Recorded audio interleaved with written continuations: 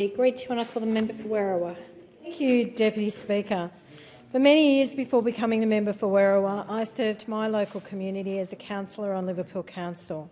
To serve as a councillor is a great privilege. I've seen the positive outcomes that a good council can deliver for a community, especially when working constructively with state and federal governments.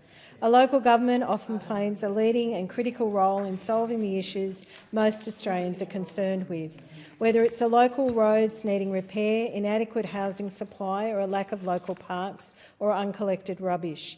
These are the issues that are being felt now and more than ever. We all hear about it, we all see it. In fact, my office regularly receives inquiries on the issues relating to local government, especially regarding local roads. Over the past decade, my community has seen continued neglect and deterioration of local infrastructure at the hands of successive coalition governments at a state, federal and local level. Our communities, which are amongst the fastest growing in our country, have been underfunded and neglected while successive coalition governments issued press release projects that never materialised, and as a result we have suffered.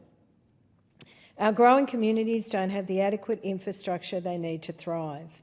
But, Speaker, I've seen a dramatic shift since the election of the Albanese government in 2022 and the New South Wales Minns government in 2023.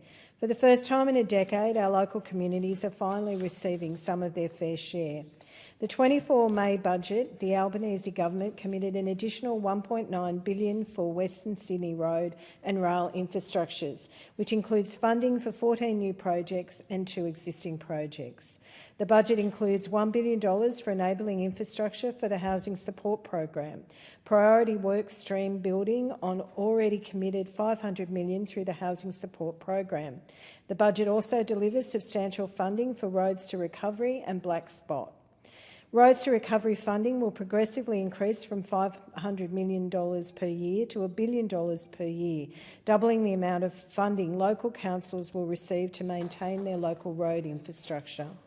The Black Spot program will also increase from $110 million to $150 million per year, ensuring more funding to local councils for road safety upgrades. Recently, I had the pleasure of visiting several upgrades to local roads with the Minister for Local Government, the Honourable Kristy McBain. Upgrades that are only possible because of the Albanese government's increased investment in local government. Upgrades that were long overdue and will benefit my community, such as resurfacing of Hill Road in Lanier, surface gutter and curb improvements along Gaybo Crescent in Sadleir.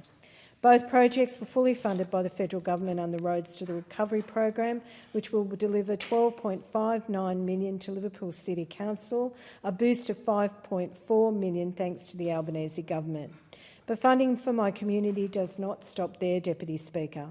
Under Phase 4 of the Local Roads and Community Infrastructure Program, $2.25 million is being delivered to Liverpool City Council for local roads, building on the $10.5 million in the Untied Financial Assistance grant funding in this financial year, and the $28 million in federal funding under the Local Roads Package, and $1.1 million for local road safety projects under the Road Black Spot program. The Albanese government is making significant investments in local councils across Australia because this government understands they are the best place to deliver for our communities. And it is time for local councils, especially Liverpool City Council, to follow through and deliver on the projects that have already received substantial government funding. Our community deserves better than a mayor that's placed his own political survival and feuds ahead of the interests of locals.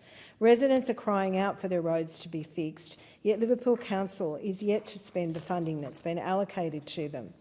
Come September, I hope that we see a Liverpool City Council and councillors that are better able to represent the interests of our community and work constructively with state and federal governments.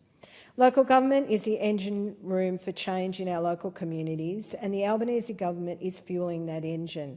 The most recent budget shows this government is serious about working with local governments, and it is time for councils to use the federal funding they have to improve local infrastructure.